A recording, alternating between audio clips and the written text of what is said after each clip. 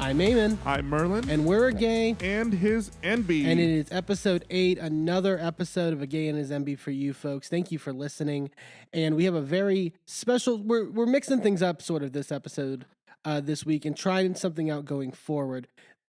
We have so much stuff that we want to talk about. So much stuff. And we are not picky people, and we are not people who can, we want to talk about everything. We're very opinionated. All the things, all the opinions. So because of that, and because we're, going to be talking also this episode about Survivor, and we wanted to talk about the Traitors reunion that just aired, and among other things, we're going to do something a little different with our scheduling. We can consider it like a Gay and His Enby double feature. Ooh, a double feature. What exactly does that mean? So basically, the way we're going to be doing things is that this episode that you're hearing on Friday as it comes out is going to be basically things like Drag Race, Survivor, things that are a little more competition based, things that are a little more, sort of fun and freer. And if you want to get all of our Bravo based content, your Real Housewives, your Vanderpump Rules, we're going to be talking about that. But that episode is going to come out on Saturday, the day after this first episode comes out. So you're going to get a chance to listen to it all, and not in one giant 4-hour episode that's, a massive piece on your podcast, wherever you listen to. But, mix it up a little bit. We're going to try this out. We're definitely doing it for the next month because there's going to be, all of March, there's going to be all these shows that we're covering, and it's going to be a really stacked schedule. So we're testing this new method out and seeing if we like it and seeing if you guys like it. And yeah, I'm really excited. I, for one, think it's a great idea, but I'm also the one that came up with it. So, I'm a little biased. That's fair. But we mentioned this week we're talking Survivor, the premiere of Survivor 44. Yay! We love all the wilderness as long as it's behind the television screen. And we can judge everybody else about it. So yeah, we definitely have a lot to get to in this episode. But first, as always, we have Drag Race. Drag Race, the episode 200 of RuPaul's Drag Race. And we got a ball today. Yes, we got a great ball ahead of us. The Crystal Ball. I would say really good ball in general, and we'll pick it apart and dissect it in a little bit. But we're coming from the end of the lip sync Lollapalooza. Actually, we don't see them immediately go back into the workroom. We go straight to the next day, because of all the way it was structured with Untucked and all that stuff.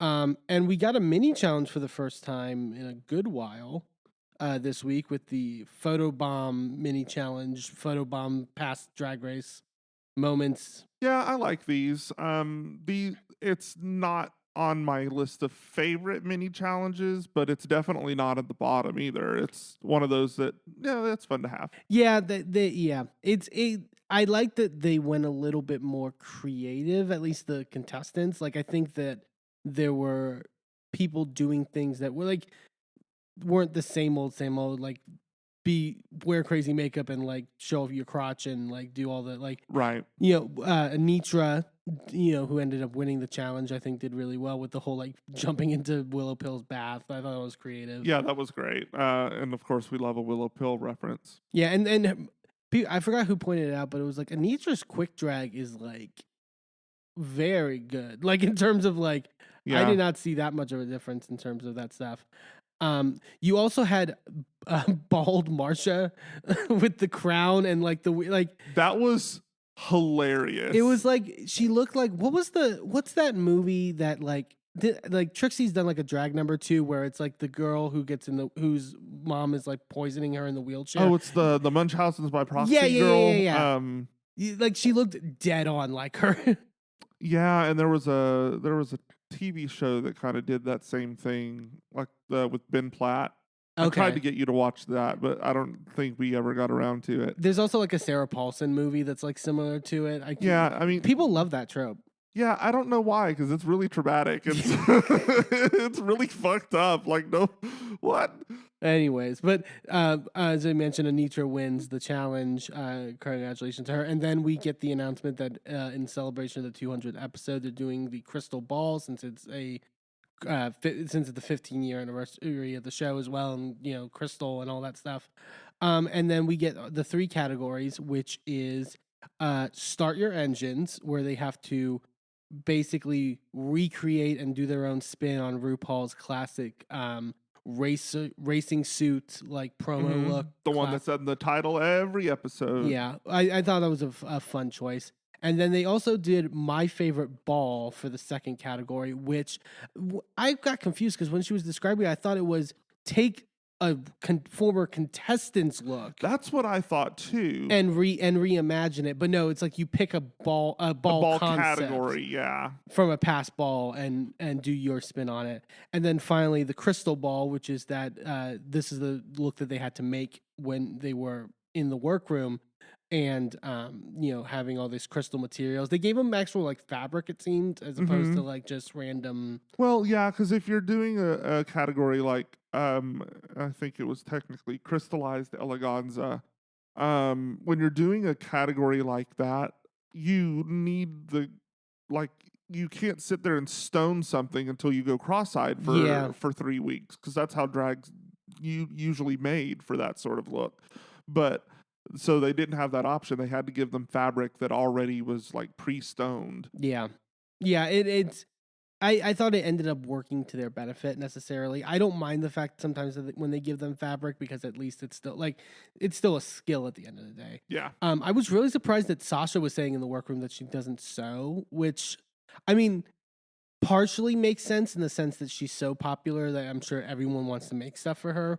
Sure, but she wasn't always. And RuPaul wasn't always at the level that she's at. And I would consider. I mean, she seems to come from an era that like is where they focus so much on doing the things like sewing and like those elements. So it was a little surprising.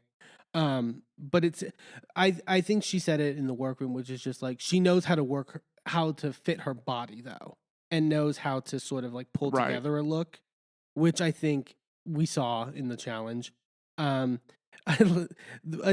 saying that she was her look was inspired by the Kennedy Davenport famous. I did not see it. I didn't see that personally. I mean, technically, everyone's look was because it was crystals, but I mean, to me, it was more inspired by the Aura Maori horror look from like episode 2, I think, of this season. Which I actually think I mean I won't say I like Anitra's better. I think they're different. And we'll get to it. They gave different vibes. Like if the category was spines out, I think that Aura's fit the category better, but I liked visually the crystals because I'm a crystals bitch. Yeah. Not a crystal bitch. We don't do that shit here. But I do love me some bling and some sparkly shit. Yeah. What was Anitra made that comment about like time is definitely not of the Jada Essence Hall. And it took me like 10 seconds to figure out what she was saying because I was like, time is of the essence. It was too much of a leap. Like it was like I don't know. I think it was because it's her middle name, which was why it was confusing. Maybe, yeah. If it was like, if her last name was Essence, if it was just Jada Essence, Times of the Jada Essence. That I feel like that would be better. So Ru is doing her walkthroughs with everybody, with Carson as well. And typically I really like when Carson does Carson, I've said it multiple times, I think he's a very valuable judge on the show in general. Like I think he actually gives... He's got to make up for Ross. I know. He gives actual like fair critique for the most part and like thoughtful enough critique. They go to Spice and Spice is like... She has the disco ball that she's like, I'm going to use this as a purse. And it's like, okay, so you're doing a purse again because you've done purse like. I mean that maybe I shouldn't really knock that because I've said before in this show I like when people have signatures and stuff like that, but I just do not understand how Spice's brain works in terms of like listening to people. Like Carson and Ru are basically just like a lot of your looks are very simple and they're sort of the same character every single time. So this is your opportunity to really go real conceptual in terms of like an idea. Right. And for some reason, like that went through Spice's ear and it like processed in her brain. And she said, yes, you're absolutely right. I will do a long skirt. As if that's what he said. It's like, he said nothing about like. And the actual silhouette did not change, just the hemline. I mean, yeah, she had a longer skirt, but that's not the point. Like, I don't it's like, I don't And get. we can't really knock a purse gimmick. Like Lux was amazing, or not Lux. Who was it that had the little purse before? Oh, from past season, Yes, Olivia Lux. yes, Olivia, yeah. yeah, Okay, Olivia Lux had the little purse before, and we died. But you know why? Because her looks were amazing. And the first person who had the purse look, that would be Bob, the drag sure. queen, also had phenomenal looks. So like if you're going to do a thing where you're, playing a bit every week, your looks have to be above reproach. Yeah. They go to Mistress and she talks about how like she feels like everyone's kind of gonna go real gaudy and that she's trying to like sort of simplify in a way, which I think she does at the end of the day, Mhm. and sort of go very pageant and stuff like that. Mistress, I think, at the end of the day, she's really smart in terms of like, I mean, we see it in terms of sort of the more stuff inside the workroom and stuff like that, but just in terms of her drag and her thought process, she's she's I think really tough competition. I think Oh in yeah. in this, I could see her winning at the end of the day as well. And then they get to Selena, and this was basically like the okay, RuPaul's gonna make someone cry now. Like Oh geez. she literally out of nowhere just asked like towards the end of the like sort of critique of like how are you, she asked how are you doing emotionally, and it's like that's just basically translation to I need you to cry right now. Well, they knew they weren't going to get a tragedy mirror this episode, so they had to. And then immediately it's like, this is your saboteur at the end of the day. It's like, no, you're the saboteur. Like it's the call is coming from inside the house. Like Run, Drew Barrymore, run. I don't know why RuPaul I get she wants to be like this health like self-help guru like vibe, back when she wanted to do the talk show again recently. It's just not it. It's fine, It doesn't land for me. but you need a mix of material. Yeah. Like, well, it's not even just the fact that she needs a mix of material, it's that she also needs authenticity. Yeah. Like Rue, like I'm not going to question her motives or her heart behind things, but all I can tell you is that what she brings does not always land as authentic. It lands as scripted. So I don't trust You where know, her heart is. You know what I think might help? I feel like we don't know unless you like read her book or like see her do like a Diane Sawyer interview. Like we don't see her trauma and like Right. her like which like it's well documented in certain regards, but it's like it gets to a point where it's like it's very easy to pick other people's like stuff, but Right. like what's your stuff? Right. Well, especially when Drag Race is really like I get that she, had a very public career her entire career pretty much since the 80s. Yeah. Um but a lot of the current Drag Race audience does not know that. Yeah. I mean, they know it, but they're not familiar with all of that. So we don't have a history there to pull from. We don't have any um like a lot of people, wanted to see her start getting up there and hey, you're going to judge people. Like get up there and show us the reason that you should be in the position to judge people. Yeah. And then she gets up and does these step touch lip syncs up there. And it's like, what are you doing? Oh, I forgot about the step touch.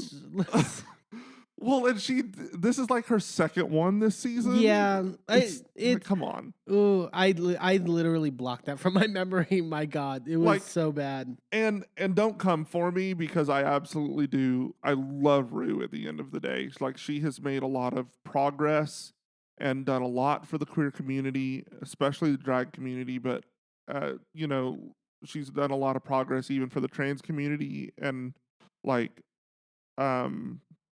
changed her views on a lot of things because she didn't used to always be progressive when it came to trans issues. Yeah. But she's made a lot of progress there and really been an advocate for us. And so Like, I will give her those props. And Like, it's not like it could be much worse in terms of of someone being a representative. I honestly don't think we would be where we are today with gay rights No, if not we at didn't all. have RuPaul. Not at all. I think it's just something to maybe look into because, like you said, I think the audience is of such a younger generation, especially that they aren't as versed as sort of the older queer generation to where like Right. they know everything about RuPaul in that regard. We go into the workroom the next day. They're talking as they're getting their makeup done, and then we hear sort of Anitra's more backstory and her trauma. And this was like So we did get a trauma mirror. Okay. this was this like there's trauma mirror stuff that they kind of put in every episode. This genuinely was so upsetting. Like I think we're all in agreement in terms of Drag Race community of like we want to fight Anitra's mom at this point. Oh, 100%. Like it was so upset, and we hear stories. So I think the problem was like we hear stories so often about like gay kids and trans kids and queer kids getting kicked out and being and it's sad every time.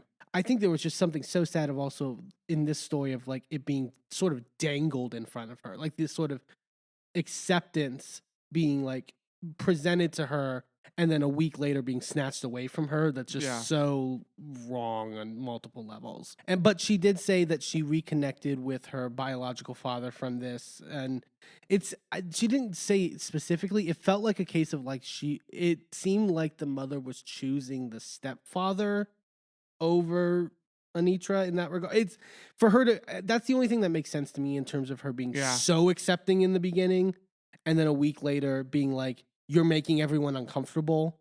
Right. It like that's I could be wrong, but like that just seems like that influence on her and her choosing him over Anitra. Yeah.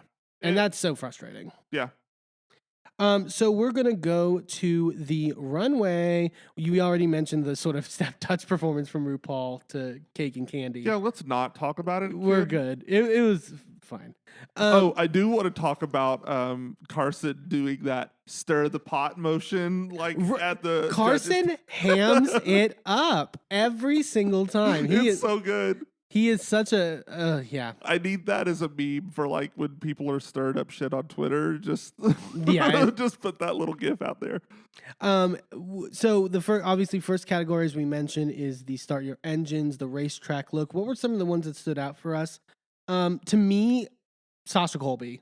I think Sasha was so smart in her choice. I mean, like doing a gown in that sort of style, I think was like such a innovative move in that regard. But then she also did it as separates, which still brought like a sporty edge to it. Yeah, very and like still tied it back into the feel of that while still making it elegant and making it it was incredible. Very like Malibu almost and sort of like the styling like with the hair. And I think was tied it into the theme of like the racetrack in a ways to sort of keep that still intact. I thought that was really good. I will say Spice looked really polished in terms of like sort of like the cohesiveness of the look and Carson pointed out like the details in the shoes and the way everything matched and like I think we'll get to it later, but I think that was her sort of really top-notch look for the night. Oh, 100%. Especially the shoes. I'm always happy with a rhinestone shoe. Yeah. We're gonna go into the favorite ball look. This was the overall most boots we have done in a category all season. There wasn't a lot of like they only chose like 3 or 4 different there wasn't really. I wonder if they were given a specific list that they were allowed to choose from. And I think it would have been better to like do it based off of a queen's look that they've already done as opposed to the general category. I thought Lux was great. I thought the black hair look with the like really a structural headpiece sort of like hair was really good. I think Lucy's was a little disappointing in terms of like I didn't really understand she was doing doggy like poop bags until she pulled the one out of her her top. Yeah, I mean, until she pulled the prop out, I mean, it wasn't clear that she was doing bag ball, Yeah. or what any of the little colored things were on her dress, or was it in her hair? No, it was just on her dress. It was kind of, well, she had it like, almost like a flower crown. Oh, that's what it was. Because it was kind of Yeah. this like bohemian like sort of like vibe, but like with dog. It was kind of too much of a leap to like Yeah. connect.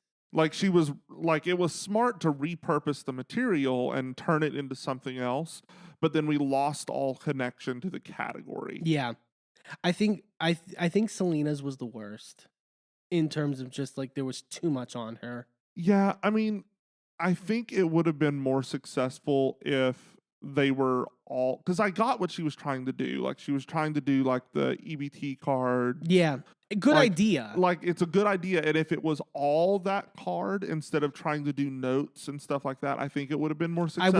I wish you would have just focused on that and made that the whole dress and used that as the sort of like what's that word for like the little like applique, not applique, but like little, just that being the accent on the dress. Right. And I think if she got rid of the weird money like stuff around Collar her thing. yeah. And did you see that they were personalized and had her face on them? Which I mean takes a lot of work. That takes a lot of work and effort. And if you had done just the bills, I think it would have been too close to previous money looks. Yeah. But I think if she had done the cards, it would have maybe been a similar look to Simone's entrance look. Yeah. With the Polaroids. Mm-hmm.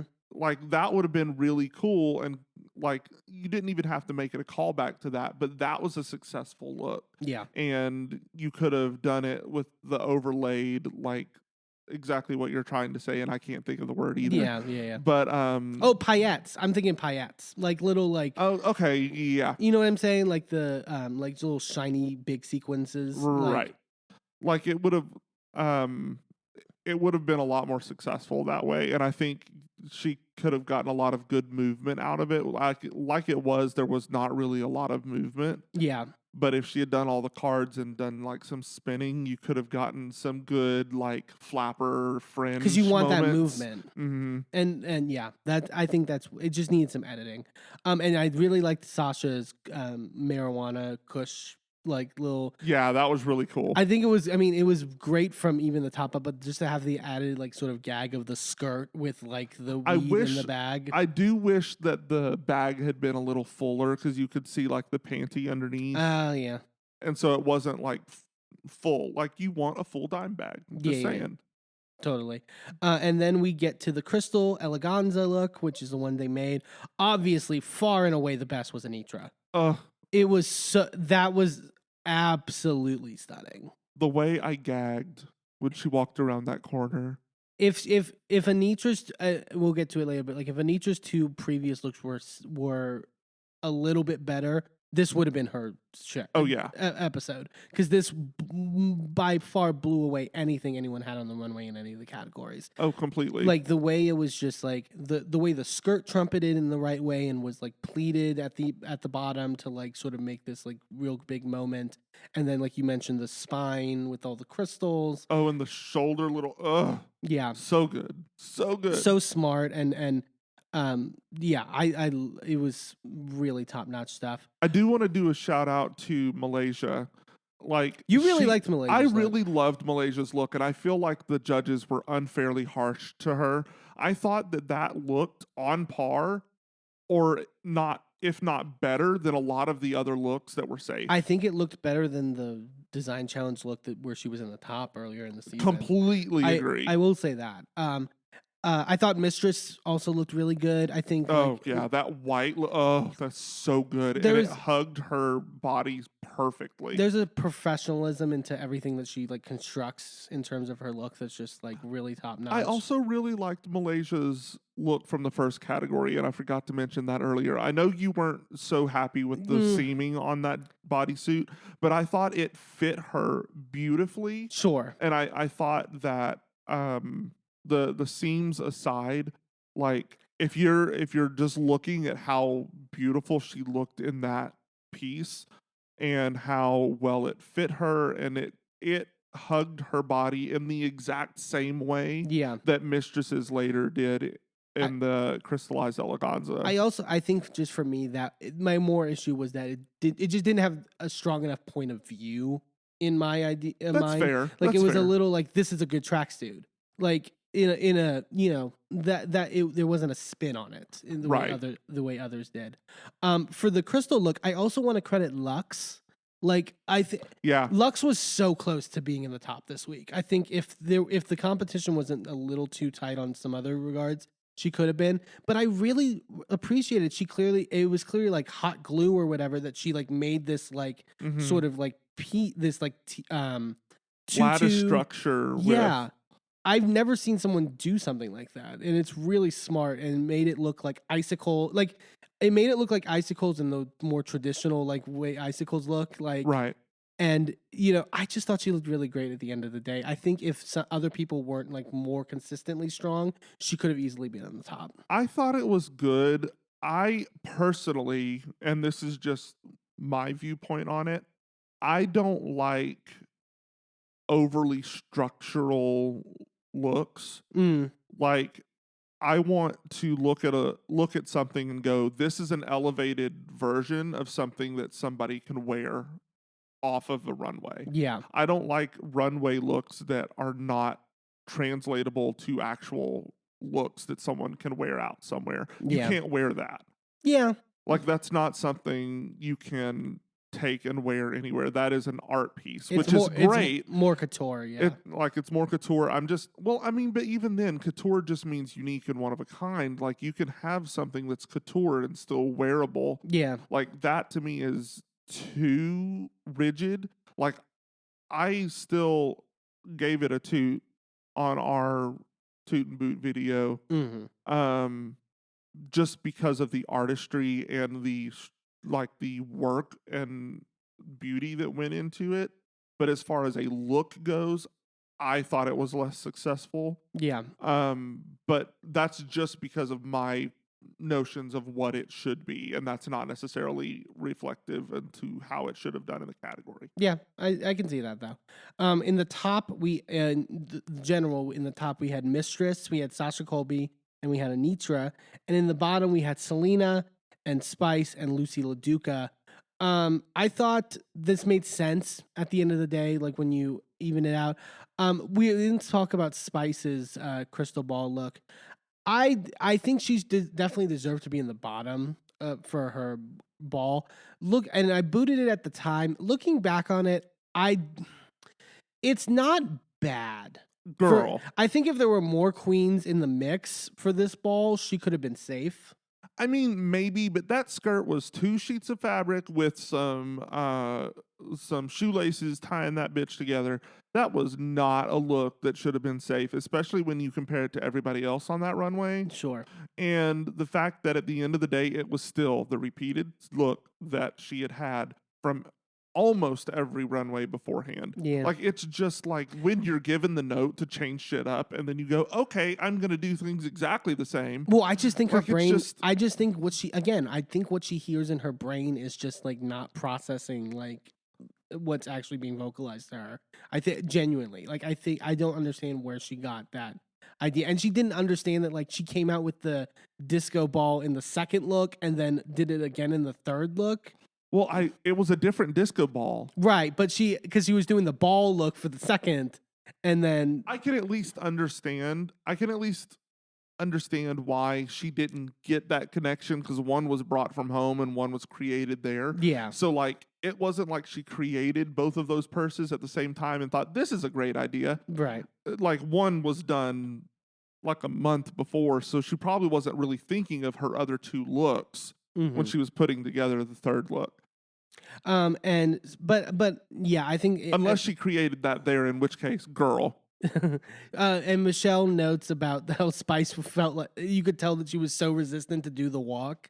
Like she was so funny. She was like trying so hard not to do the Spice walk, which which overall made her look a little bit more rigid in the way she was walking. I mean, take a judge's critique and get sent home the same episode. It's a Drag Race trend at the end of the day.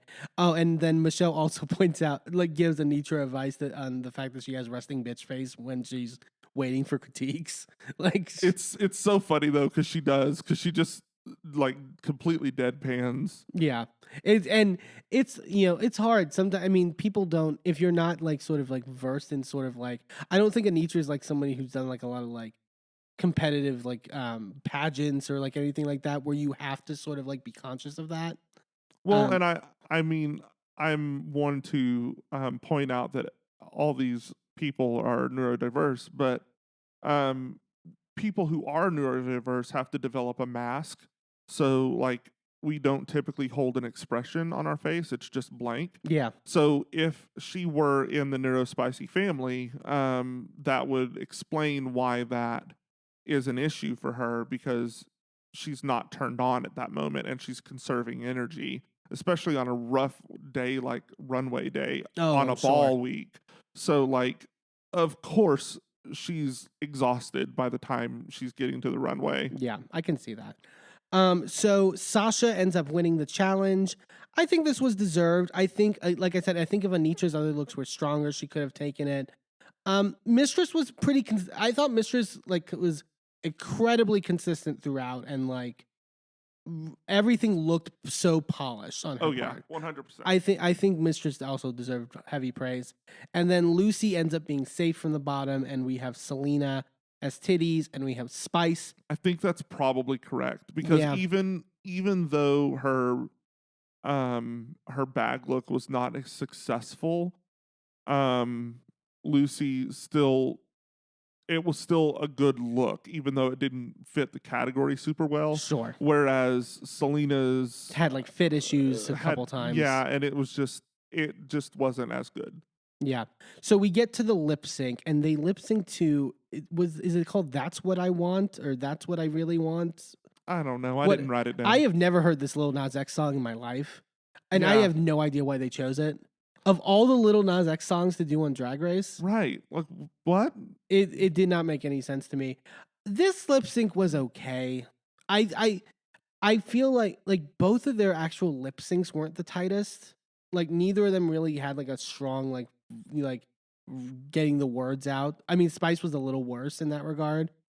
I thought Spice did kind of strong in the beginning. She definitely leaned more in the comedy route, which I get. I thought it was interesting that Selena took it as like a ballad because Yeah, a it's lot of people online were saying that it looked like she was doing like a musical theater number. Like it was like you could see her performance on stage in Broadway. And I think she was just trying to show levels because she has done the comedy, she has done the high octane, yeah. lip syncs in the I past. wonder if So it's giving this new look, I was gonna say, I wonder if it's also part of the look that she was wearing because it was probably. very like she said it was like Oscar dress sort of Oh, like vibe. yeah. I It's mean, and hard to do honestly, like without if it hadn't been for the puckering fabric, it would have been an Oscar-worthy dress. That was beautifully it was done. good. Yeah, I actually think it was really well constructed for the most part. The issue was just the fabric and Yeah. the like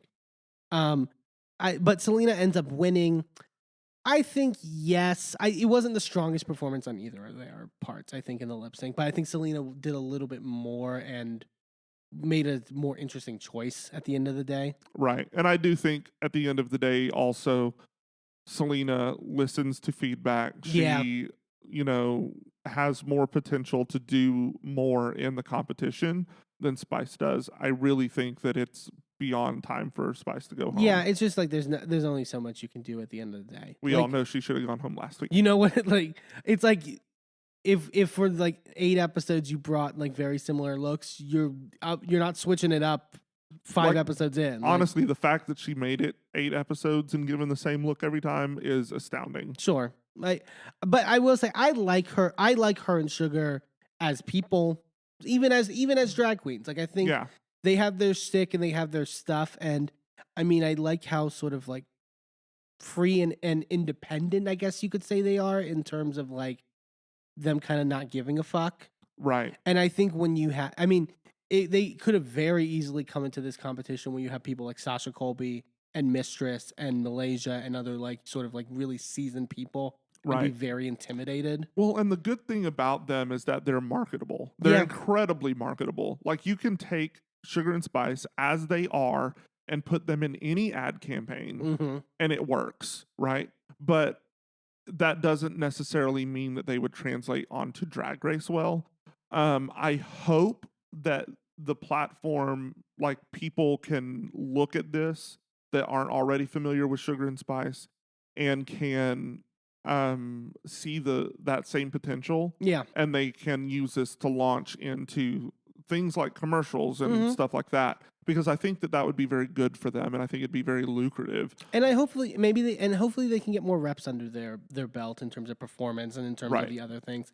And they could do really well. Like I think they just need more time and more seasoning in terms of oh my god, seasoning. It's right there. The joke is right there. But I think they played their part in the show well at the end of the day, and credit to them. Yeah. Spice does her trot leaving. The story online Oh, is that yes! is that Spice did a rap or something before she did her goodbye at the back of the stage. I saw a lot of people being like, World of Wonder released the rap, and I'm like, no, don't do that. No. leave it on the cutting room floor, because unless it is good, if it is good, and I can't imagine it being, but if it is good, fine, release it. Let us know that she has that ability. That's amazing. That'll be good for her portfolio. Yeah. But if it's anything less than stellar, But also, we're good. in doing it in the context of her being eliminated, though, I feel like no matter what it was, that would have been fucking awkward as hell. Yeah. Like I mean, some people like really awkward shit. Like I get like really uncomfortable when it's just like, oh god, what's going on? But she leaves, and then all the other girls, when they're doing the everybody say love thing, like come when they're dancing, do the little trot out on stage. That was so great. Credit to, and it seems like amongst the cast, Sugar and Spice are really liked, and I think that speaks a lot. When you have Sasha Colby and Mistress praising them, like I think that speaks to something at least. Oh, 100%. And like I will never knock their attitude. Like they seemed to be very happy to be there. Very happy to be there and just like along for the ride. And you know what? You can't really demand much more from these girls. Like it's a stressful situation. And the fact that, Spice specifically was able to keep that positivity up all the way to the end, good on her. Yeah. So we're down to 8 queens. We're getting down to the wire here in this. It's going to be a tight race towards the end, but I think it's going to be really good stuff. There's a lot of really good queens left. And Drag Race 15 is shaping up to be a really, really good season at the end of the day. We're going to take a quick commercial break, and when we come back, we are going to talk Survivor Season 44 and everything that happened on the premiere episode. Don't go anywhere.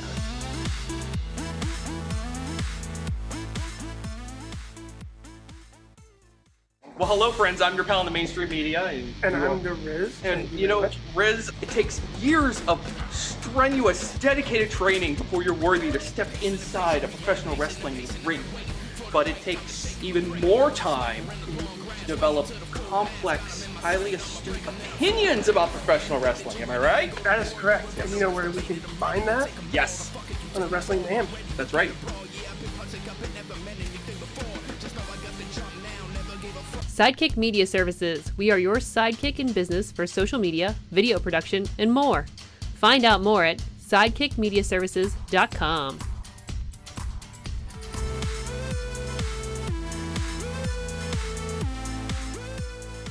Welcome back to Gay and His Enby. It is time that we take a trip around the world. Around to Fiji. We love a good Fiji trip. But it's Survivor 44. We're finally going to get to talk about Survivor. I on and off watched the show for many years. Obviously, with 44 seasons, like 20 plus years, being in existence. It's a real cultural show. I kind of got you into it very late stage. Yeah, we I think it was season 38 is the first one that I watched live. Yeah.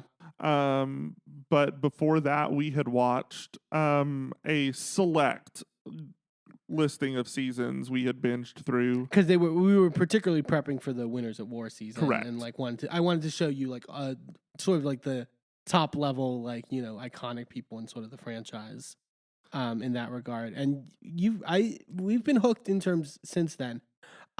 I think this premiere was really good. I think the people in the Survivor community are kind of iffy on sort of the new Survivor. Like, obviously, they've you've talked about with like the COVID seasons, like how it's kind of. I want my 39 days back. I want my 20 contestants. I don't like the 3 tribes of 6. I like my 2 tribes of 10. And I feel like there's more dynamics with that. I feel like you set it. It feels like we're already halfway through the season when you start off with only 6 people. Yeah. There's not nearly as much chaos with only 6 people on a tribe. And I think like they've focused a lot more in recent seasons too on like everyone's a fan of Survivor and everyone coming on is a fan of Survivor. So it's all about the experience of being there and like the backs of what your personal mission is there, as opposed to like the interpersonal dynamics and sort of the like that vibe of it. I think this episode did better at that, I will say. I think I got a better sense of more of the people on the cast this episode than in past seasons. And I think that's, we still had like the sort of like sad backstories and like the like, everyone's sort of like journey and stuff like that. But overall, I think I think casting was really smart this season, at least in the early goings of this. Completely. We'll get to it. There were definitely some people that I think didn't pass psych eval that they were like, go on anyways. It'll be fine. And then they also just decided to go, oh, well, we're going to make like a full half of our male cast list gay, right? A lot of gay representation. Like, even if they're not actually gay, they're giving me the vibes. Yeah. Like, they're gay adjacent. We'll get into it, but like Yam Yam, who had gone viral before the season started with the cast announcement, just for how absolutely hilarious he is. Talking about he wants to poop in the ocean. He's excited. It's like, yeah. Well, and they open the whole show, the first episode too. Like they just start with like this like confessional of Carolyn. And the producer being like, Carolyn. just tell us who you are. Like, tell us a little bit about you. And she's just like, I don't know what you mean. It was like, I don't know why they introed with that. It was very odd to me.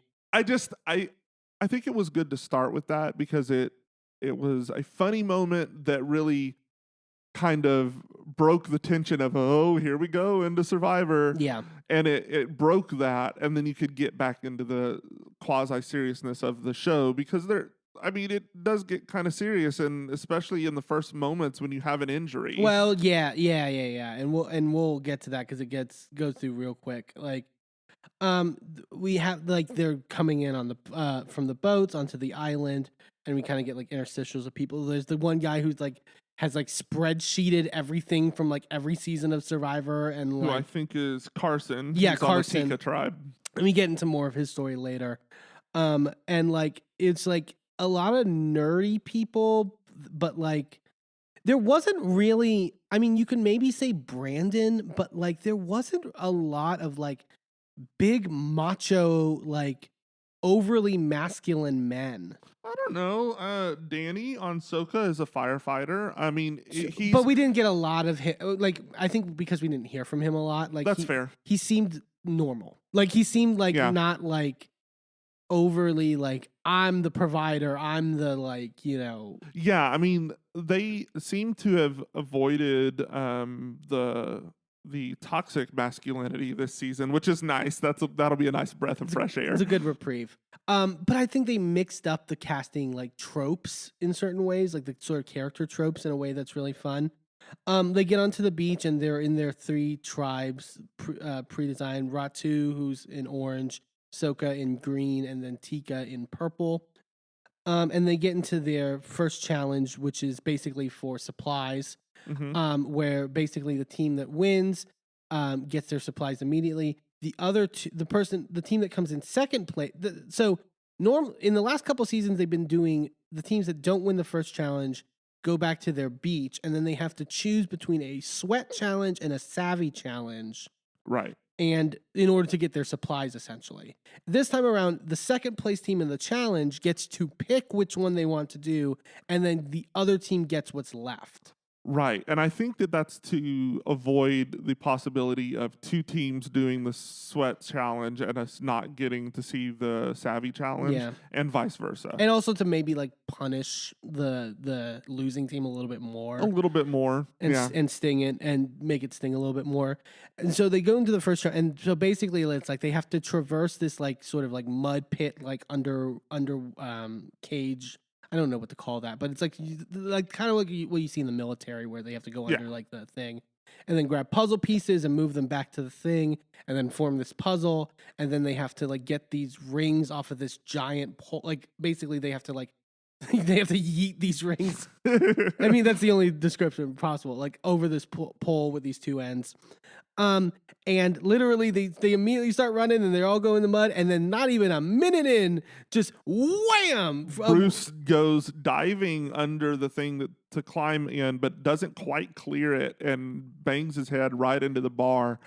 And we busts his head open. And not just busts his head open, but we get these like slow-mo shots of just like him gushing blood. And like I got so nervous because like it's clearly like just in the moments of it happening, but like he like starts rubbing the wound and he's got all mud and stuff all, and like this is a bad idea, dude. Well, I mean, cleanliness, yes, that's a bad idea, but actually if the mud can dry out, it can help seal the wound and keep you from losing blood. So it's actually like it's that idea of put some dirt on it. Sure. Like it's that idea, but it's and it was also like he turned like because it turned like purple like towards the end. Like it just like the way it like it was insane. But he like immediately like starts reeling, and then but eventually they get back to the thing and they have the people doing the puzzle. But then he starts to like get like very like loopy. Like literally falls on the ground and is like has his head between his knees. And immediately Jeff has to call in medical and stop the challenge. Which like medical got paid overtime this episode. This challenge is usually so innocuous in terms of the grand stake of things. Like we never see a like medical stoppage like at like this point. But they check on him, they check his vitals and that. I think it seems they had to give him oxygen. Yeah, because it seemed like he may have just passed out like from the blood loss or like just like the shock of it all or whatever. Yeah. But he's okay seemingly. We'll get it later. And they continue the challenge. Tika like gets ahead pretty much in the forerun, and then Carolyn has to do the ring toss. And you can my God. If you can't switch out players until the first person does. And she is just like screaming as she's getting the like Is she the one that took her pants off because she thought it would make her throw better? I don't know what Carolyn is a mess, and I want to be kind. We'll get into it later with her backstory. Like I don't know what her deal is. I'm interested, but it's great TV. She's got as Wendy Williams says, she's got a little bit of a tick. Ticky ticky boom boom. Yeah. But because of that, the Tika tribe falls so far behind. It's a tika boom boom. Oh, Jesus Christ, babe, really? So Soka ends up winning and gets their supplies, and Ratu comes in second. So they end up deciding eventually what they want to do when they get back to their beaches. And basically they have the sweat challenge in which they have to sort of go back and forth putting coconuts in this like bag and dragging it across the beach. Which when they presented this challenge, I was like, it doesn't look like you're dragging it that far. This is going to be super easy. No, apparently not. I think that was what they were thinking as well. And they had two like more stronger people. They had Matthew and Brandon who... Yeah. Well, and they were also trying to be kind because Ratu is the one that took this challenge. Yeah. And they had choice. They had their choice in the matter. So they took this challenge because they knew that Tika was out their big guy. Yeah. And so the Tika one is that basically there's like these like... I don't know what you would call it. Like there's like multiple circles within this like sort of like... Yeah, so you had like a sphere that just had like the support beams with no like casing. Right. And then there was another one inside of it that was smaller. And they have to count the number of circles essentially. And they only have 15 minutes. And they had to do it from afar too, which I was like, get them close in there and like I need to touch them. Like I need to go 1, 2, 3, 4, 5. Well, and once they got the outer ring, they were like, well, they're both equal, so they must be like 2 and 2. And I'm like, I wouldn't trust that the center one is like the same as the outside one. Like, but yeah, I would think that there'd be some tomfoolery. yeah, but they end up getting it right and get their supplies. And like over on Rat 2 when they're doing the coconut one, it like they're just struggling. They started off very like, we got time, we got like 4 hours or whatever. Brandon and Matthew are doing this challenge. Which, can we take a moment to talk about Matthew? Because that man is pretty. Oh, I was waiting for it. Matthew's hot. Matthew's very attractive. There's a lot of attractive men on there's always a lot of attractive men on Survivor, but it seems like they stacked the deck. And this we season. later get his backstory of like his sort of like him and his husband, and they show pictures like, oh, his husband's hot too. Like they're just like, it was like, oh yeah, yeah. I was very thirsting at the end of the day. But like he's like struggling like hell to get these coconuts across, and like, but they eventually end up doing it, and get their supplies as well. And so we get sort of more of the sort of interpersonal dynamics within the individual tribes, which I was glad to see. Like we with last season, we won't go too into depth, but like, especially at like the final tribal when it decided it all, there was a lot of stuff that they just didn't show us that was like of like personal dynamics, and it's like maybe you should have shown us more of this stuff instead of like all these different like twists and like challenge and like, you know. Yeah, we were advantages. rather frustrated with production last season. But we see more of Carson, the guy who had the spreadsheets earlier, and he talks about the fact that he's never dated in his life. And everyone's surprised by that. And well, yeah, I was about to say something mean. No. And then he also said that he gained 30 pounds to come onto the show because he was at like 115. Look, as much as fat phobia is a problem, there's a lot of discounting of people that are smaller and have the tinier frames, and especially ones who resort to intellectual things, and this guy seemed to be a victim of that. Well, and I think that it's partly that, but he also spoke to like, you know, like if I'm going to be on Survivor, like you're going to lose weight. Like one of the big things, like when people get eliminated, is they see how much weight they've lost in terms of the time there. So it's like if you're already starting at 115. Like, oh yeah, like he would have ended up at like 96 or like 90 in the low 90s easily. Yeah, you need to put something on, like to like sort of give you a base before you go into something like this. Over on the Soka tribe, Matt and Franny are kind of bonding. They're kind of like a little nerdy and eccentric kind of, you know, vibes. Matt also comes off very gay. Oh yeah. I do want to shout out Heidi, who is a Pittsburgh native. Yeah, good for her. And I think Matt was the one that said his family was from Pittsburgh as well. I want to say. So that was a nice little shout out to our new home here in Pittsburgh. Yeah, and so they go into the night. The night goes down. And we're over on the Tika tribe, and they have their fire started, and they're sort of trying to like get everything together. And Bruce definitely seems out of it still. Like there's nothing there. Like he's a little glazed. And then kind of looking like a donut. Yes, and walks off, and then they have to bring medical back in, and because he's just like not, you know, he can barely get up at this point. They literally have to stretcher him out. And basically, Jeff Probst comes in and basically says that we have to take you out of the game to get you to a facility to check you out. 1 down, 15 to go. I mean, Jesus, like, and it won't be the last injury of the day. Like, medical, like I said, medical got paid overtime this episode. Oh my God. I feel so bad for that Australian medical guy who was just like every time having to come into the shot and like explain like what the fuck was happening. Well, and it's not even just that they're getting called in, like they were literally like monitoring Bruce's situation constantly. Yeah. So like this guy was literally on site making sure that everything was okay, like constantly. Yeah. And they didn't say specifically. They said later when they get to the immunity challenge that he's okay, like that everything's right. good. He was checked out and he was fine, which at that point is just like. But they didn't say specifics. frustrating that You he were- got evicted at that point. Yeah, but once I mean, that's the thing is like once you take someone off the island, you can't put them back in. No, I know, especially like with COVID restrictions and stuff like that. But like, it's so frustrating. I'm pretty sure your assessment was right. I'm pretty sure it was a concussion. Well, I would think that they would have disclosed that it was a concussion, like because I think they've said that in the past when people have been removed for concussed symptoms. That's the And- only thing that makes sense to me in terms of like him seemingly being better and then later in the night like Right. kind of plummeting. Like that's the only thing that sort of like comes to my mind. Speaking of injuries, we go over to the Ratu tribe and Matthew, who we mentioned before, is kind of leading things. It seems like he's sort of helping with like sort of like a lot of the camp stuff and stuff like that. Mhm.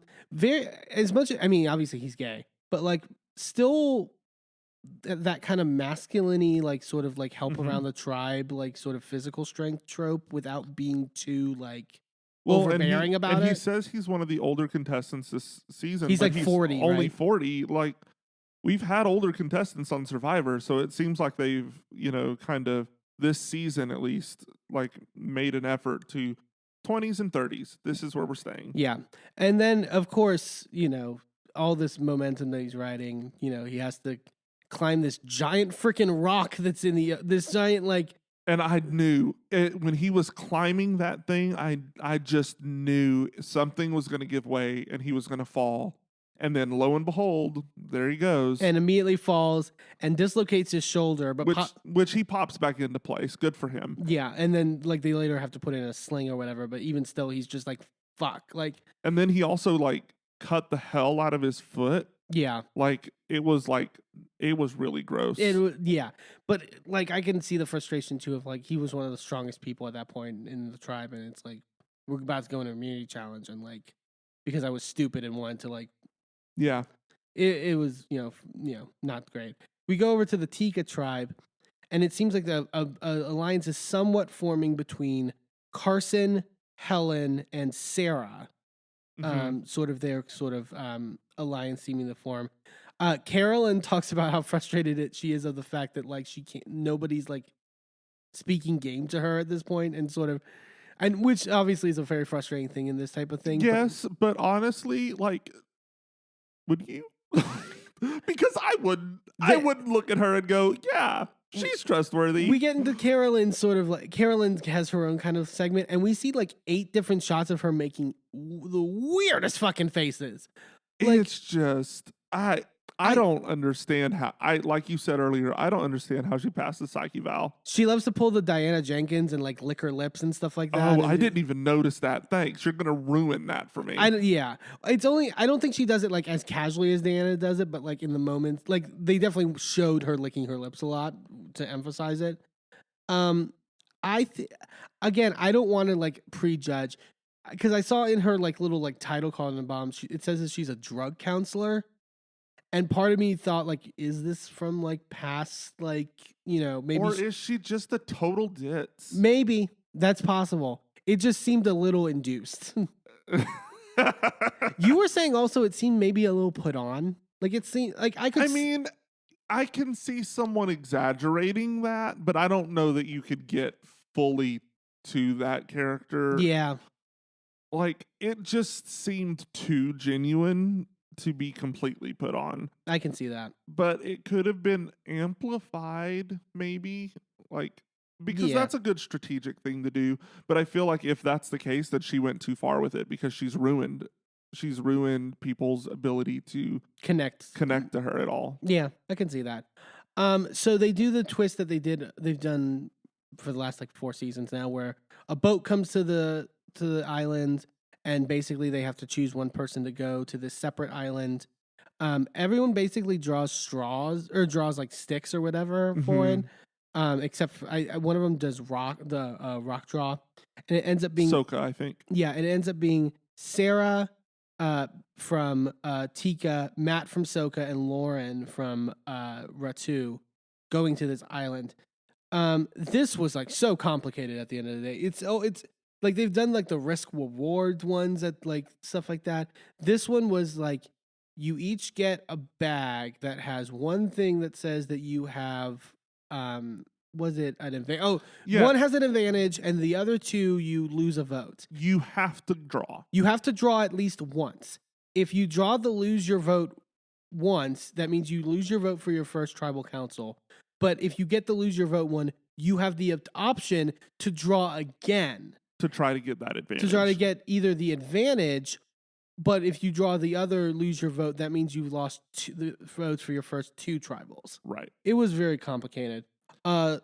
So Lauren gets a bank your vote advantage where she can decide essentially, going into a tribal, she can not vote and then keep the parchment paper to use for a future tribal, so she would have 2 votes. Right. And then I think it was Sarah gets the inheritance advantage.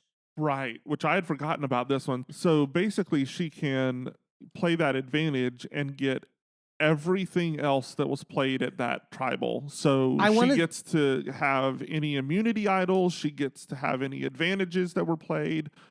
Any of that stuff. It's basically, instead of them like going back into the island or being lost or whatever, they go into her pocket. I want to see how that gets played. Like how you do that? Right. Do you have to how do you let? Because then you're outing that you get that. Do you do it in the voting booth? Like assuming that like if you have a feeling that this tribal people are about to play a lot of shit. Right. Well, advantages have to be played before the votes are read. Before the vote. Well, no. Idols have to be played before the votes are read. Depending on the advantage, they could be played before. So she could, if she's playing that advantage, she could already have foreknowledge that an advantage has been played and may know that an idol might get played. I feel like it's something you have to do in secret, like play the inheritance because in then secret. Why do it in public because everyone's just gonna know you have all this shit. Yeah. Like I wanted to see what that is. Oh, we forgot about the cages. Oh, the cages. So the other twist is that they go to the island now, and the big thing with Survivor is they have hidden immunity idols where you have to look in the island and find it like hidden in a tree or some place essentially on the island. But instead, this time around, they come onto the island. They start going and scavenging for stuff, but they see out in plain view that there's like sort of a bird cage with a padlock on it that has a bag inside which seems to be like an idol or an advantage, right? Right. And so that I kind of liked this of like there's like this personal dilemma of like, do we work together to find the key to open it? Do we sort of like, because at a certain point, like it's different than an idol in the sense that like people will know if it's gone, right? So how do you play that necessarily? We see it involved in the Ratu tribe because they sort of split up into a group to sort of look for the key. Brandon ends up finding the key and putting it in his pocket, like right in front of Maddie. Like he doesn't realize, but Maddie sees him sort of put it in his pocket, and she's clearly like, but he essentially reveals it to her, and they have this debate of whether they want to show it to the group. And I love that, like, he would, like, someone pointed out, he's literally hiding the key from her originally. But then when they start discussing it, she's like, maybe we shouldn't tell the rest of the group immediately that we found it. And then he's like, that seems shady. Like, as if, like, dude, you were doing the same thing. I mean, honestly, so I think a way around it being so public is if I were to get that key and open the cage, get that advantage. So we find out that it's an immunity idol, and then there's a fake immunity idol that goes with it. Yeah. I would take the slip, take the real idol, leave the fake idol in the bag, leave the bag in the cage, and then lock it back. That's it. That's actually... And then go throw the key off in the... You're right. That's the way to do it. Like that's probably why they have I was like, why do they have the dummy idol in there? But that's probably why, actually. Because then you could get somebody who thinks they have gotten an immunity idol. Yeah, that would be a fun little like twist, essentially. And the other two groups have not found their key yet, so there's still the potential for that to play out in the season. So I hope it does. But Brandon eventually tells everyone on the tribe that he found the key. Goes to unlock the thing, and they let him have the idols because he found the key, essentially.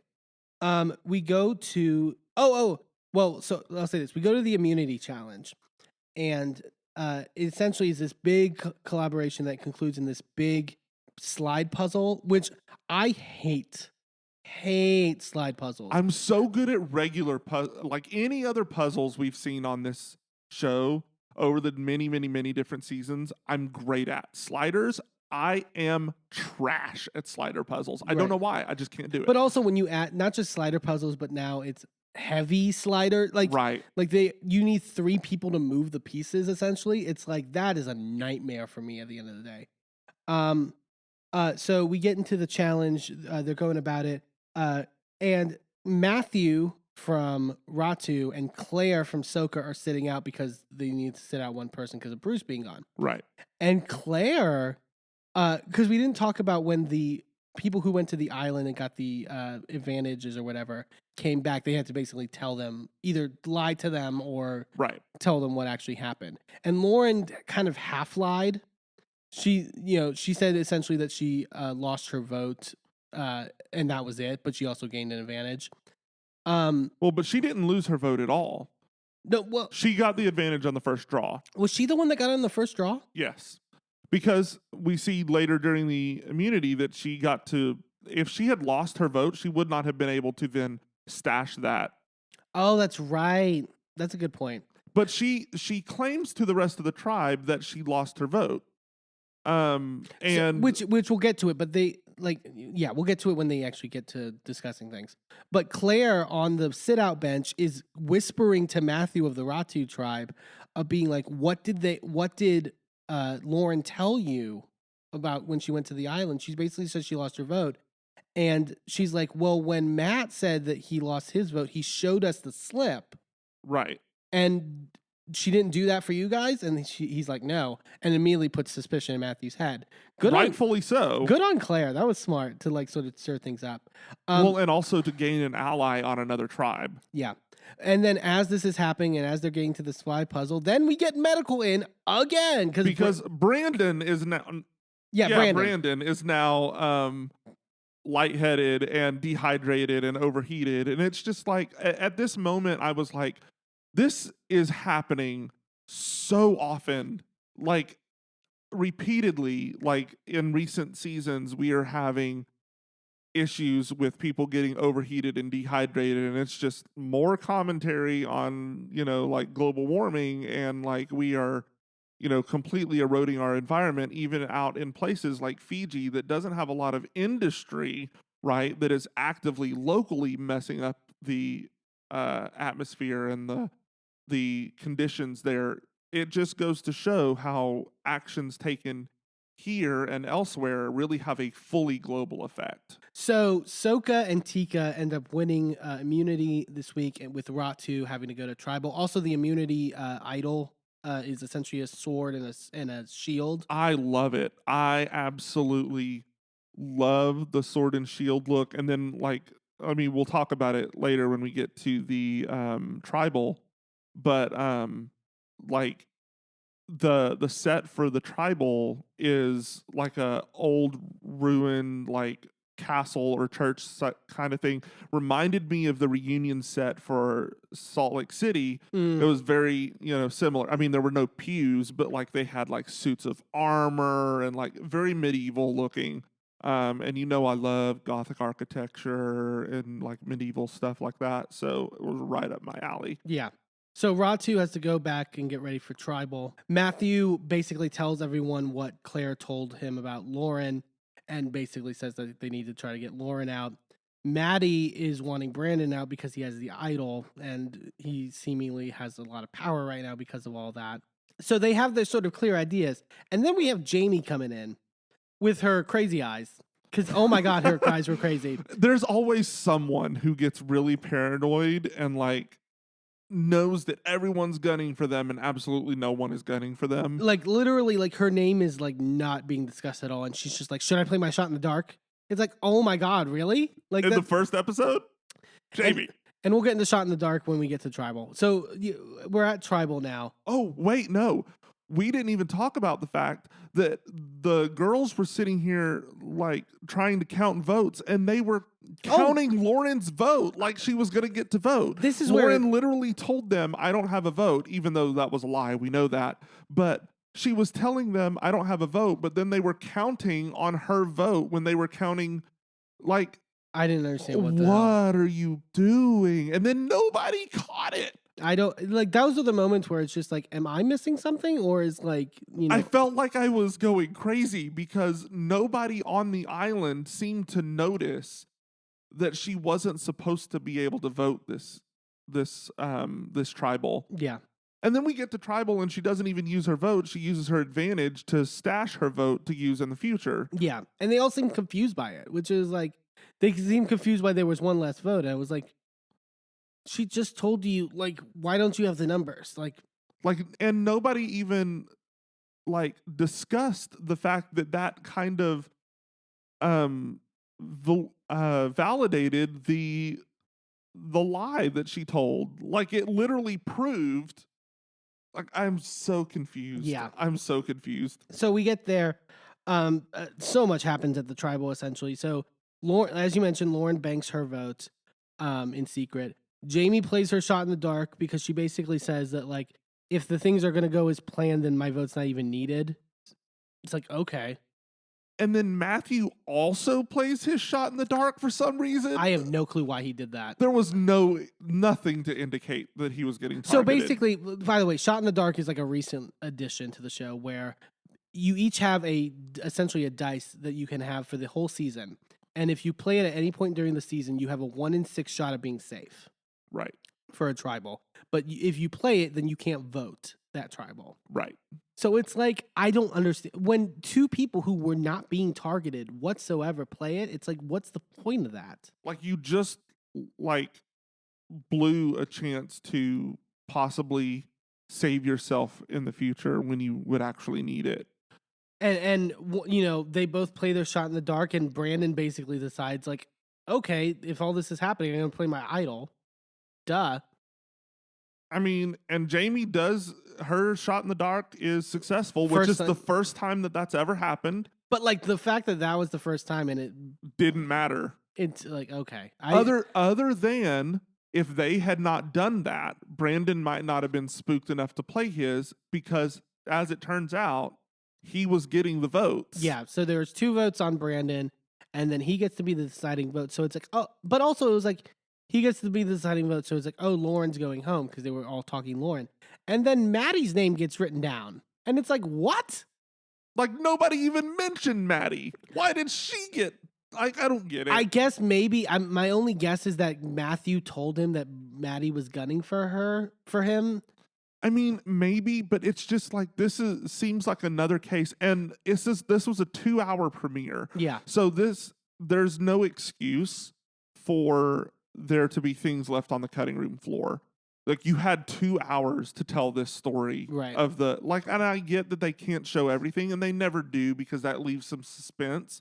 But we should at least be able to go back and track and figure out what happened. And we can't do that from this. Yeah. There's so much lost. This episode was better than in past seasons. Yes. But overall, I really enjoyed it. yeah, I think it was a good start. We'll see if they can keep the momentum as it plays out. But overall, I would really encourage people to check the season out, because I think it might be a good place to start for new fans, and hopefully it'll go over pretty well in the end of it. We're going to take a quick commercial break, and when we come back, we're going to be talking about the Traitors reunion. Don't go anywhere.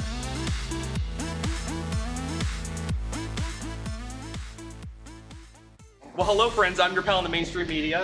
And I'm the Riz. And, you know, Riz, it takes years of strenuous, dedicated training before you're worthy to step inside a professional wrestling ring. But it takes even more time to develop complex, highly astute opinions about professional wrestling. Am I right? That is correct. And you know where we can combine that? Yes. On the Wrestling Mayhem. That's right. Sidekick Media Services. We are your sidekick in business for social media, video production, and more. Find out more at sidekickmediaservices.com.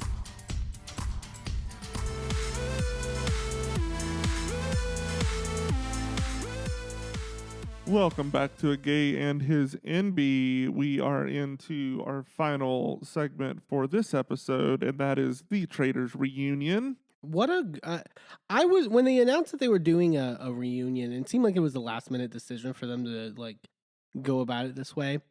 I was like, is this like a reunion worthy show? Like, is it like the vibe of the show? Is it like sort of like that kind of an environment? It's not the Housewives, sort of thing.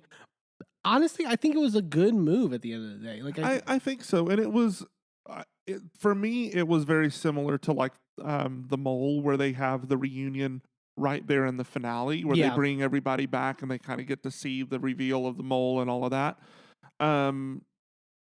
I wish we had had something like that with the Traitors, where everybody had come back and was able to be there for the finale, but that's not what happened. well, and I was also like, with them sort of sitting on it a little bit, I was like, are their reactions going to be as fresh and like sort of? Right. Apparently they were, because apparently, I mean, we'll talk about it, but there were a lot of bitter people. Well, and then people also get to watch the show back and see Yeah. what's happening behind the scenes for the Traitors. Which was shocking to me that like the contestants that didn't give them more clarity.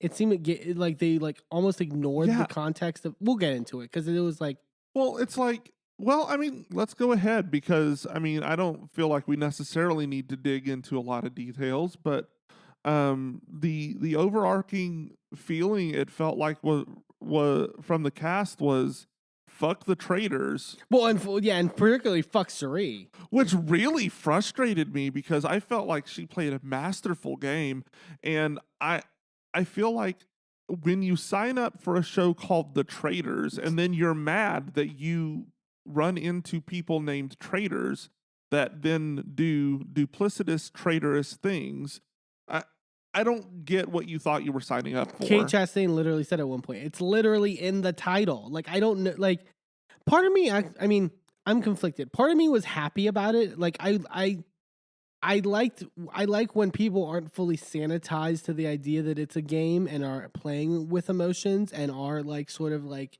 invested in that regard Yeah, to but I a don't. certain extent. But like, But I also don't like that getting pushed on Suri, because Yeah. I didn't feel like that was fair, because that taints her win. Like, like she's worked so hard to win one of these shows, and she finally does. And shocker, the one woman, particularly a woman of color of the Traitors, when the rest were white men, got the blame for pretty much everything. Like, Yeah. shocker. And Quentin sounded so stupid this reunion.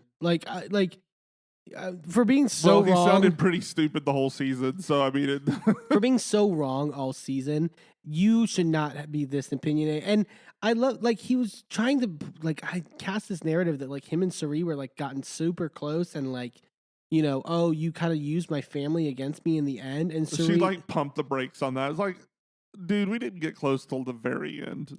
Don't act like we were buddy since day one. well, and also it was just, like, I didn't like him. And here's the thing. I'm saying this as a white man.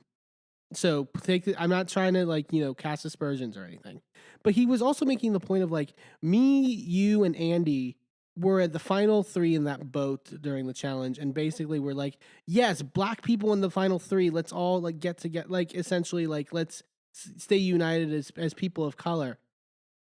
And like, oh, and then you turned your back on me at the end. It's like two things. One, Suri being a traitor, that it was only going to end like that then. Like by that, Right. There's no scenario where Suri's going to give you to the money. Like it's almost as if they wanted her to quit at Yeah. the final three and give them the money. That's stupid. I like, first off, and then second off, when you make that proposal in the boat, what is Suri supposed to say in that moment? No. Like, Yeah. What? I just did not understand the logic, and like, I think Suri was trying her best, and I think she kind of got through to Andy a bit with this more Yeah. than Quentin, which was like, our personal relationships are still genuine, divorced of this game. I was given a task, and I had to play that task within this game.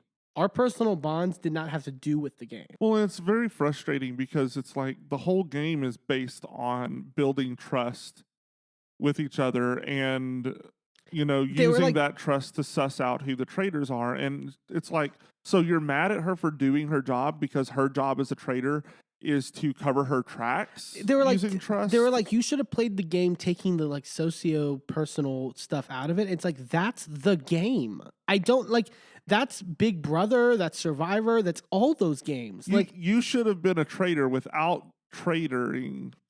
Yeah. What? it didn't make any freaking sense. No in my- sense. Just about as much sense as that sentence I just said. And Ari was also playing in the words, because Rachel called him out directly for it. Like, he was playing victim a lot in terms of the like, Oh yeah. and like, I agree with Cerie's point, which was like, you became a traitor at like the last fucking minute. You did not do the work that I did throughout the course of the competition. So part of me didn't think you deserved to have the money split between you and I. Yeah. And like, I get that. Not to mention the fact that it's exactly kind of what she was talking about there at the end. Ari comes from a rich family. He don't need this money. Yeah.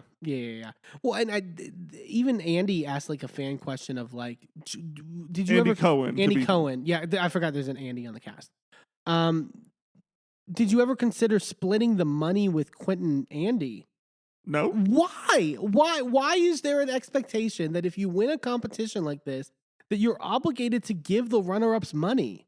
If the runner-ups deserved money, they would have had money given to them by the production. I don't like.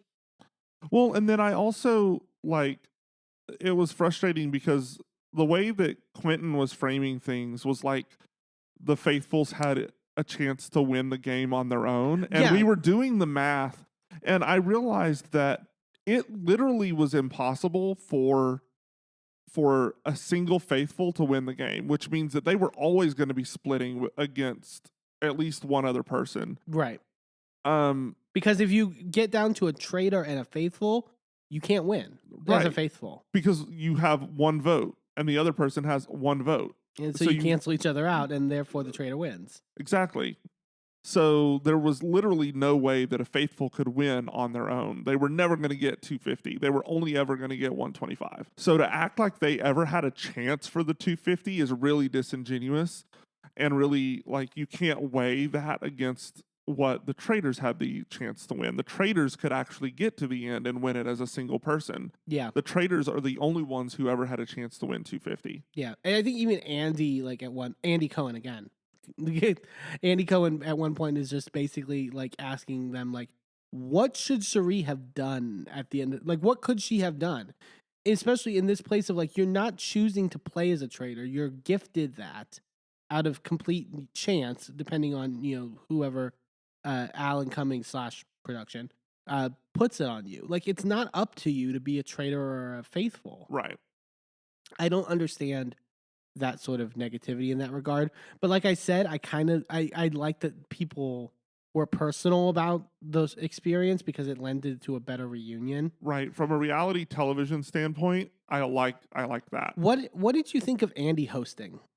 I didn't mind it I didn't mind it, and I liked I know you thought it was corny, but I really liked the little skit that him and Alan Cumming did at the beginning. Oh, it was brilliant. It was corny, but it was more corny on Andy's part. Like, well, I mean, but Andy Cohen is corny. Like, it's Andy Corny Cohen. Like, that's his name. well, and I thought it was just interesting because I think said leading up to this was like he binged the season essentially after it like became real popular. Like, so he was like late to the game even on it.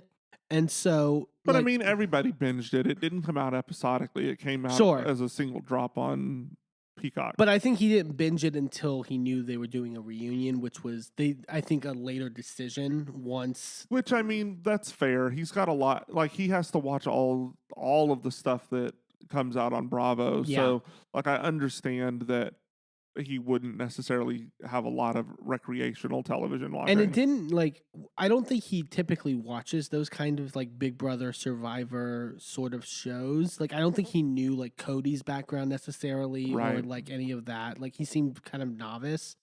I think like, I love that, who was it? Angelica or whatever was like talking about how going into the season, like she hated Ari because she's such a Bachelor fan. And he was like, why did you hate Ari so much? And she had to be like, you watched his season, right? Like, it was a weird, awkward moment where it was like he clearly is not versed in some of the more Yeah. like reality, the people who aren't Bravo celebrities. Yeah. And which, speaking of, 2 of the Bravo celebrities weren't even there. well, yeah, Reza. I don't know why Reza wasn't there, but Brandy wasn't there reportedly because of stuff that's allegedly went down on the Ultimate Girls Trip filming. Which we will be covering. It comes out at the end of if the it month. if it so- well the third season, the fourth season with oh Brandy. right, the 3rd season. Oh my gosh, The fourth we're a season with Brandy, behind. if that's going to come out, I'm just going to say Do that. you think it won't? I would be. I mean, I don't think Bravo is dumb enough to not capitalize on that. I think they should. I think it should come out, but based off of everything I'm reading, it looks bad. Like it looks like a pretty bad PR nightmare for them in certain ways. I mean, sure, but at that point, they like. No, I let me like. I think because It's not like Brandy hasn't done shit like this before. yeah, I mean, let's be honest, but yeah. So that's mainly the reason why she wasn't there. But I think his style of interviewing at like Housewives reunions aided in this because like it wasn't like so into the minutia of like strategy necessarily. It was more like I love that he asked Stephanie like, "Are you and Suri still friends?" And like, how is your two dynamics, interpersonally? I thought that was more of an interesting route to take it than like Yeah. overly strategic. Yeah, and I think in a game like this where the gameplay is purely I mean, they didn't go into any of the physical challenges other than Kate Chastain throwing barrels, Yeah. which was comedy gold. Mhm. But they didn't really need to go into any of that because the prize pot got put back into place at the end of the game anyway. So there was no need to go into actual physical gameplay. So it was all social game, which is great because Andy is great at that sort of thing. If it was more challenge based on at least half of it, then a more of an interview style like what Jeff Probst does for the Makes more Survivor would sense. make more sense. But I mean, this just was getting into all the tea and all the messiness of it, which is right up Andy's But alley. yeah, I think Jeff Probst also does more of like a like motivational, like what does it mean for you as a person, and like you're like sort of like, and Andy is just more interested in like, are you friends with this person? Do you like this person? Like sort of, and I think that's kind of more. It's something I've never seen with that type of reality show in the engagement of it. Also, can we talk, Rue, if you're listening, which I know you're not, but if you are, Jeff Probst is a great person to look at if you're looking for someone who does Yeah, scripted questions and like stuff like that, but still comes off genuine and warm. hmm Maybe look into that sort of hosting and presenting when you're asking questions and trying to delve in and build an actual connection with your contestants. That would be, I think, would land more. Yeah. And I think it would endear RuPaul to the community even more than she already is. right. My take. I agree. We find out Christian is dating Geraldine. And still can't spell her name. Which it's not that hard, guys. It's really not. I feel so bad for her in It's that spelled regard. Geraldine. Easy. And I will say when Andy asked what his profession was and he said he was an actor and a content creator, I was like, that checks out. Like that makes so much sense. Yep. Like, well, I mean, that's what Geraldine does too. She's actually an internet personality as well. I'm sure if you ask like most of the newbie former reality players in this game, they would probably say the same thing. Well, I mean, we can add that to our resumes now, right? Like we're both content creators. This is content. We're podcasters, right? Sure. We can say that. I just feel like with reality shows, there is this trend now in these type of reality shows, like The Mole and like similar ones. Like everyone's casting like Instagram influencers, and like we haven't watched the Traitors UK, but even though it's out Or on Australia, which apparently is a thing. apparently, which is out on Peacock now. But I hear in the UK version, there's a better diversity of people in terms of backgrounds and in terms of like ages and in terms of like different like. I think I want to see that more with casting at the end of the day. Survivor, we mentioned before, does it largely pretty well. And I did like the fact that this cast was split between what we were calling civilians and reality stars. Yeah. I thought that it, even though the civilians, half of them were like internet personality type of some level, at least they were someone who is not on a produced television show. Yeah.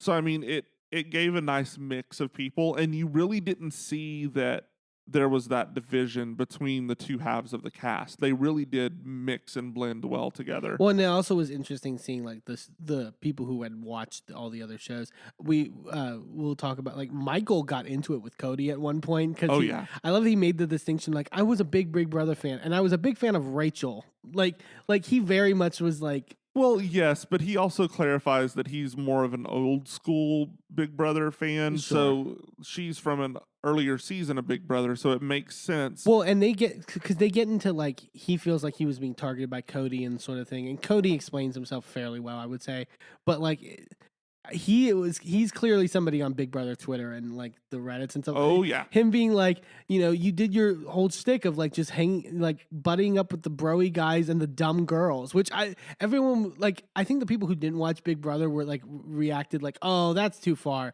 But I think what he means is if you watch Cody's time on Big Brother, he always shacks up with this like naive girl that he can like take to the end and like, basically. I mean, it was an apt description, and I find it funny that nobody on the cast was offended by that description, because any of the people that might have gotten offended, I don't necessarily think got the description. No, yeah.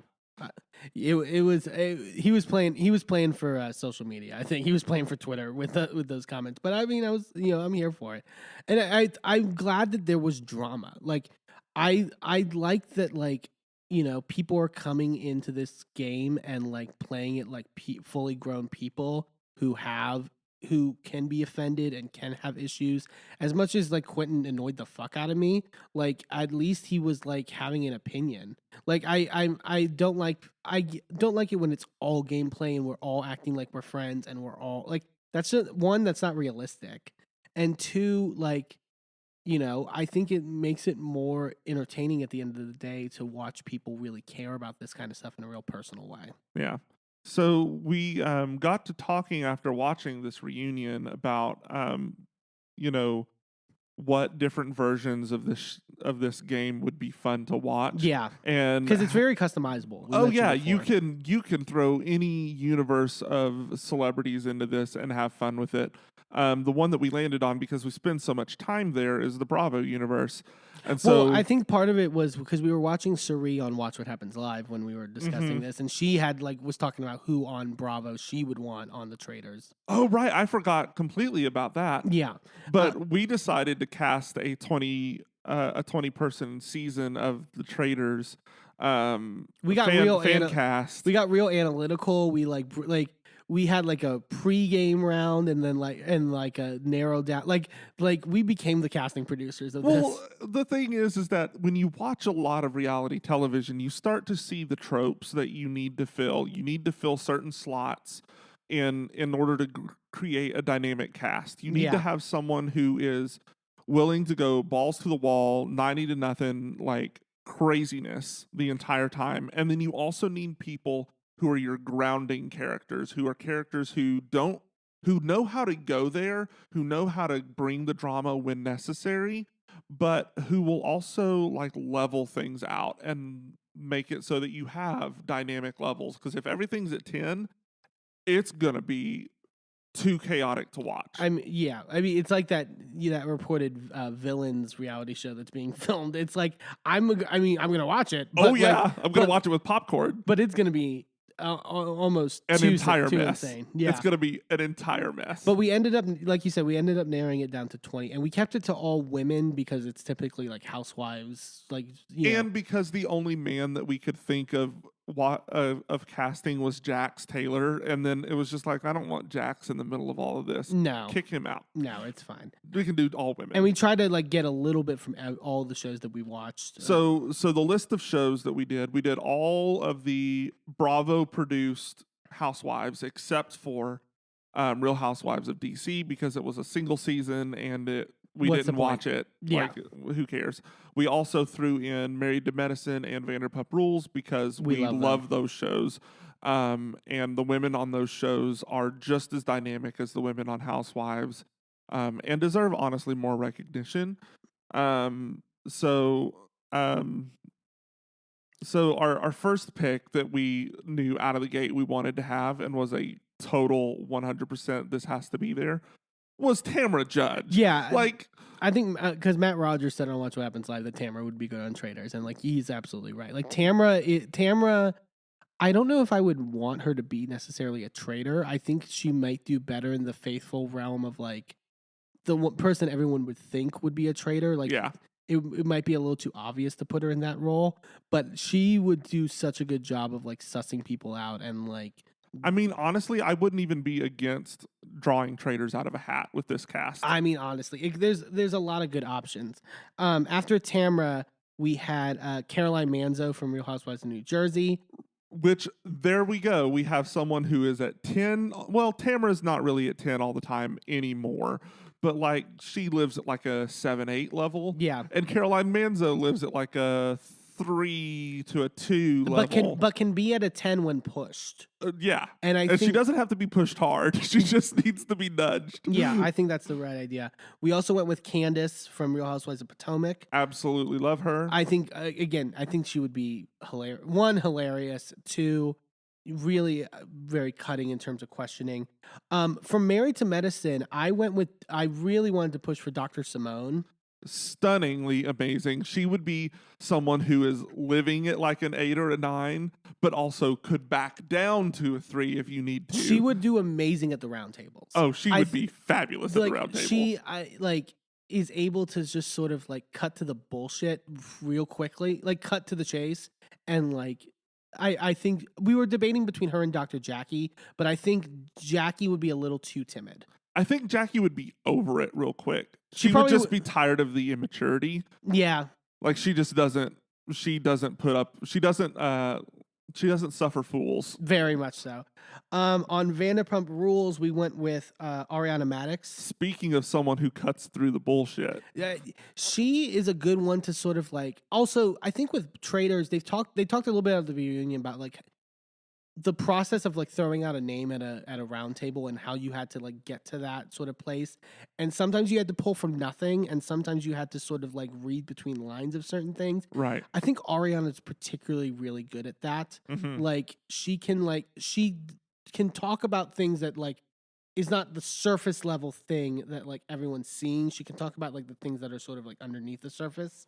And someone else who's also very good at that is Eileen from Housewives of Beverly Hills. I mean, I just want Eileen on pretty much everything. I love her. She is Rena without the toxicity, and it's like she's fabulous. I want her back on my screens. Other than obviously she's constantly working in the soap opera world, but that's like not my bag. So like Yeah. I don't get to consume her as much as I'd love to. We said Candy Burris of Atlanta.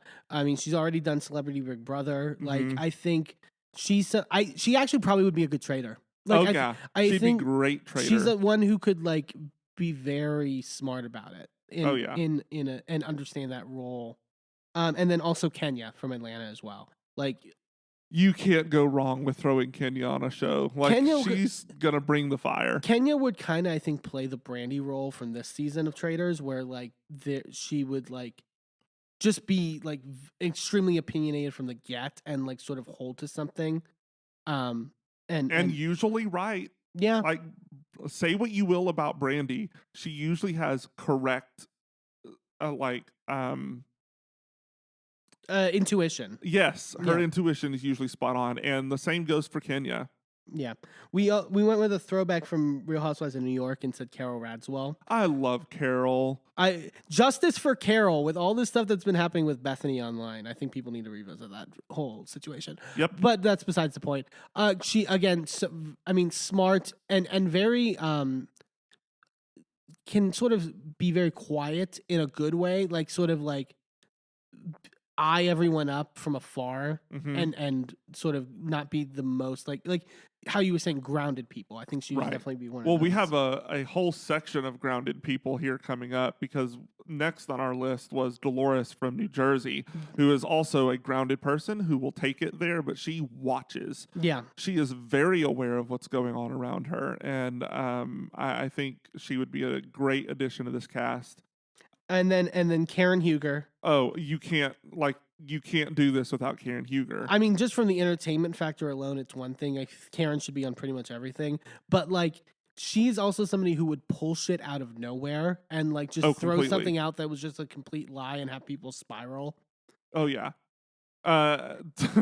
Meredith Meredith from Salt Lake City. City is also next on our list, and she also does that sort of I'm gonna say what I want to, and well, And she likes to psychoanalyze. yeah, And we which saw that is- a lot on season 3. And I Like, honestly think that the setting of Traitors would trigger like a paranoia in her, which would be delicious to watch. It would just be like, I feel like she might spiral a little bit. yeah. Then we have Sutton. We love Sutton from Beverly Hills.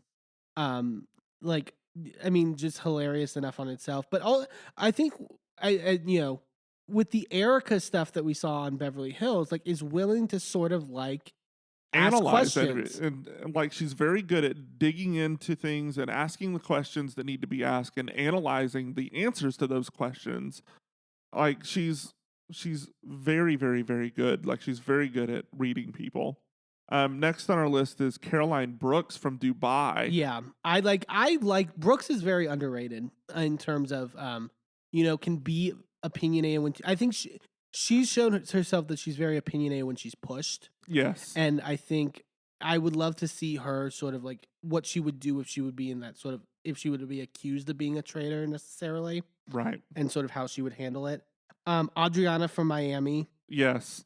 Like you need someone who is like at a 10 the constant the entire time and who is a little bit ditzy and just gonna go crazy. And that is Adriana. Stassi from Vanderpump Rules. Also, justice for Stassi. Bring her back. I feel like if you put her in the traitor position, she probably would. I mean, in a better way, would play more like Christian. Yes. Like I think she would throw smoke bombs and would do things that would be a little more risky. But she would be able to do it in a way that doesn't implicate her. Yeah, I think so too. Ayan from Dubai. Speaking of someone at 10 the whole time, I think Ayan would take it there, and having another model on there alongside Kenya would be really nice. Yeah. We also said Toya from Married to Medicine. We really, I wanted to have Simone have someone on there that she had a good rapport with, but also Toya and Simone know how to fight with each other. Yeah. So it's not like she has a built-in ally. Yeah, and Toya also plays in very emotionally. I would think, Yes. in an environment like this. Speaking of playing emotionally, we decided to add in Kelly Ben-Simone We were from like- Roni. Yeah, like I mean, if the rumors are true that she's coming back for Roni Legacy, if that ends up happening, like Kelly is like, I mean, she's crazy, but she's like sort of soft crazy. Yeah. Like she's like not like I don't even know what she would play like. But to be honest. it would honestly make it really fun to see us go from Scary Island to Scary Castle. Yeah. and last on our list, Leanne Locken from Dallas. Now, if you don't know Real Housewives of Dallas, it unfortunately, well, it's officially on hiatus, but it's pretty much canceled. But Leanne Locken was just a villain who loved being a villain, and she would be a great Kate Chastain character in this setting. Someone that everyone loves to hate and who the traitors will keep around as a shield, and so we just get a lot of that delicious evil. You need some volatility, I think. I think I described her when we were discussing this. That she would walk in and gladly put on the villain hat, and just revel in it. Yeah. And you need someone who's going to do that. Like, that is a role that is extremely important in reality television. Yeah. But the last role that we haven't filled is the host. Oh, yeah, you had a great idea for host. Who else would be the most fabulous host for this than Lisa Vanderpump? Keep it in the European realm in terms of at least with the UK host and with Alan Cummings of like sort of like that vibe. And like I think Lisa would like be so self-deprecating. Well, not self-deprecating. So like she would cut people as well. Oh yeah. Cast. Oh yeah. And like, and then the fact that she already knows most of these women, knows them well enough to pull things out and use against them in a way that would be delicious because she's untouchable as a host. Mm-hmm. And they just kind of have to take it. And it's, good. So anyway, that's, that is our fan cast. And if Peacock is listening, which they're not again, but if they are, cast that season because that will be money in your pocket. And if you're listening, let us know what you think. And like, if it doesn't even have to be Bravo Levities, it can be anything. Who do you think would be a good Traitors player? I really want to see what people think. You can tweet us anything. Just let us know. Yeah, definitely. You can even email us at gayandhisenby@gmail.com. Yep. We have lots of different ways for you to reach out, so please do. So over the three things that we covered today, over Drag Race and Survivor and Traitors, what are you thinking about tops and bottoms for this episode? Ooh, okay. So tops for the week. I'm going to give it to Anitra over on Drag Race. Oh, yeah. I think both in terms of a completely stunning look, I would say the best look of the season so far across the board with that dress. And then also seeing her backstory and getting that sort of more emotional connection with her in that regard. It was really great to see. For my bottom for this week, I'm going to give it to Quentin on Traitors just because he was given bitter juror and dude, you're not even in a jury. Like you were annoying the hell out of me this reunion. I mean, it was entertaining at the end of the day, but like, dude, like get over it. Like it's not like I did not understand his like fascination with this idea that like he was wronged in this like terrible way. Anyways, what about you? Tops and bottoms. So my top of the week is going to be whoever on the Survivor casting group decided that we were just going to feature all the sexy gay men. Yes. This season, I'm here for it. Give me more sexy men in their underwear on television. I'm here for it. My bottom for the week is probably going to be Brandi Glanville. Like, how are you going to fuck up so bad that you can't even come to the reunion for this show? Like, you were one of the more dynamic members of this cast, and we, number one, were robbed of having you longer on the actual show. But then you do this horrible thing. You maybe rob us of the 4th season of Ultimate Girls Trip, and then we also get robbed of having you on this reunion. Like, like the whole thing, honestly, like removing our access to entertainment is secondary to, how Caroline was affected on Ultimate Girls Trip. But like, jeez, like she was on such a path for a return and a big there were rumors she was going to go back to Beverly Hills. Like I was really kind of hoping for it because she's so good to like shake up a cast. Yeah.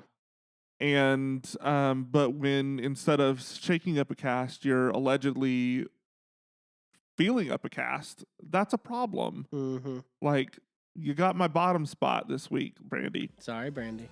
Hey, thanks for tuning into this episode of A Gay and His Enby. Join us next time for more of our recaps and hot takes. And be sure to subscribe and leave a review wherever you are listening. And check us out on our social media at A Gay and His Enby on all the platforms. A special shout out to Shane Ivers, who wrote Pulsar, the song we use for our theme. I'm Eamon. I'm Merlin. And we're out.